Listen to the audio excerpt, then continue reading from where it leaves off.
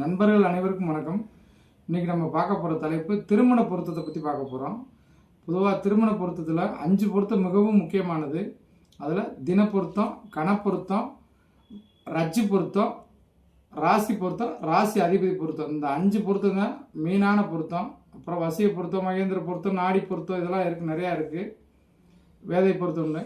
இப்போ இதில் 5 பொருத்தத்தில் ஒன்றே ஒன்று சொல்கிறேன், உங்கள் வாழ்க்கை சிறக்க.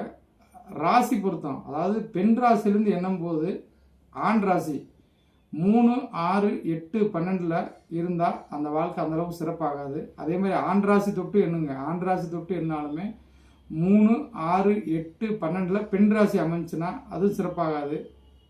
இப்போ உதாரணத்துக்கு பெண் ராசி கன்னி ராசி அமைஞ்சு ஆண் ராசி துளாராசி அமைஞ்சா பெண் ராசிக்கு 2ஆம் இடம், ஆண் ராசிக்கு 12ஆம் இடம் ஆனதுனால அந்த அளவுக்கு சுபிக்காது.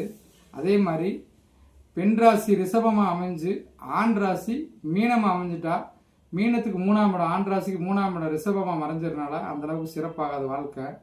இந்த மாதிரி சுச்சுவேஷனில் நீங்கள் அனுசரித்து செல்வதுதான் நல்லது. யார் ராசிக்கு மறைவு பெற்றிருக்கோ, யார் ராசி மறைவு பெற்றிருக்கோ அவங்க தான் அனுசரித்து போகணும். இப்போ பெண் ராசி மறைஞ்சிருச்சுன்னா ஆண் அனுசரித்து போகணும், ஆண் ராசி மறைஞ்சிருச்சுன்னா பெண் அனுசரித்து போகணும். இந்த மாதிரி இதை கையாளும் போது உங்களுக்கு வாழ்க்கை சிறப்பாகும். கல்யாணம் முடிய போகிறவங்களுக்கு நான் சொல்கிறேன், கல்யாணம் முடித்தவங்களுக்கு இந்த பரிகாரம் கிடையாது. ஆல்ரெடி அவங்க அதை பார்க்க தேவையில்லை. பார்த்து மனசை நீங்கள் எதுவும் குழப்பிக்கிற வேணாம். புதுசாக கல்யாணம் முடிக்கிற தம்பதிகளுக்கு வரன்கள் பார்க்கும்போது இந்த இதை நீங்கள் செஞ்சீங்கன்னா உங்கள் வாழ்க்கை சுபிட்சமாக இருக்கும். நன்றி.